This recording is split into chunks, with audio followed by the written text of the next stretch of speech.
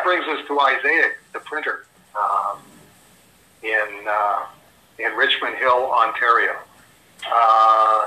The short answer on that one is, even if, and it's a big if, he was able to compete with Marquis' price on printing the trade paperbacks or Cerebus in Hell.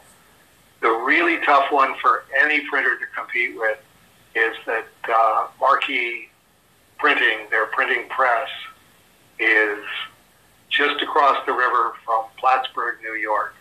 And Plattsburgh, New York has a diamond warehouse, which means all they have to do is load up all of the comic books that they printed and then drive them across the border and deliver them to Diamond. And Diamond breaks them down from there and ships them from there to all of their other locations. And, of course, to all of the locations supplied by the Plattsburgh warehouse. Particularly in this day and age where, you know, fuel prices are going through the roof, that's very difficult to compete with. You know, to say, okay, this is the size of a trade paperback order that we would do, or this is how many comic books we print a month. Can you get them from Richmond Hill to Plattsburgh, New York for free? Or if not for free, at least for a nominal charge of like $50 or whatever.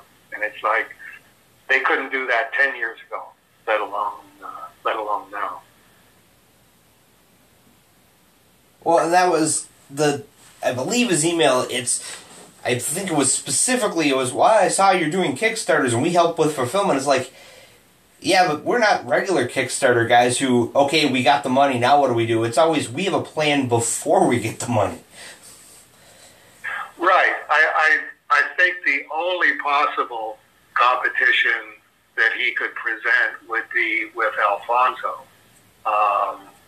at exactly that level of you're only going to be printing 100 of these or whatever it is. So this is the price that you're going to want to get. The disadvantage there is Alfonso's in Kitchener. So any dealings that we have to do with Alfonso, Rolly goes over there every Thursday and then just, you know, drives back whatever it is. And, you know, we do the fulfillment from here.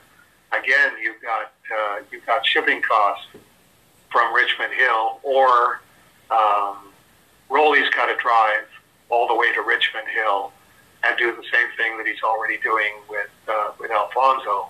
But instead of being able to do it every week, it would have to be, okay, we're going to do this every month or every month and a half. Well, and that's very, very, very, very difficult to compete with either of those. Well, and I mean, it was one of those, like I said, I got this back in April and I kind of forgot about it. And then it was going through the inbox, oh yeah, there's this, and it's one of those, it's probably not anything important, but at the same time, I'll send it to the Brain Trust and see what they say. And it went pretty much the way I thought it was gonna, which was being jokey, Eddie coming in being kind of sensible, being jokey. This is how Aardvark Vanaheim runs, and I'm sure this is how Aardvark Vanaheim will always run. And thank God for sensible Eddie Connor, who is always there to go. No, the man asked a specific question. Yeah, he said actually it probably wouldn't hurt to forward the date just in case, since they are in Ontario. Although I think all the responses here are probably more accurate in what the reaction will actually be. Yeah.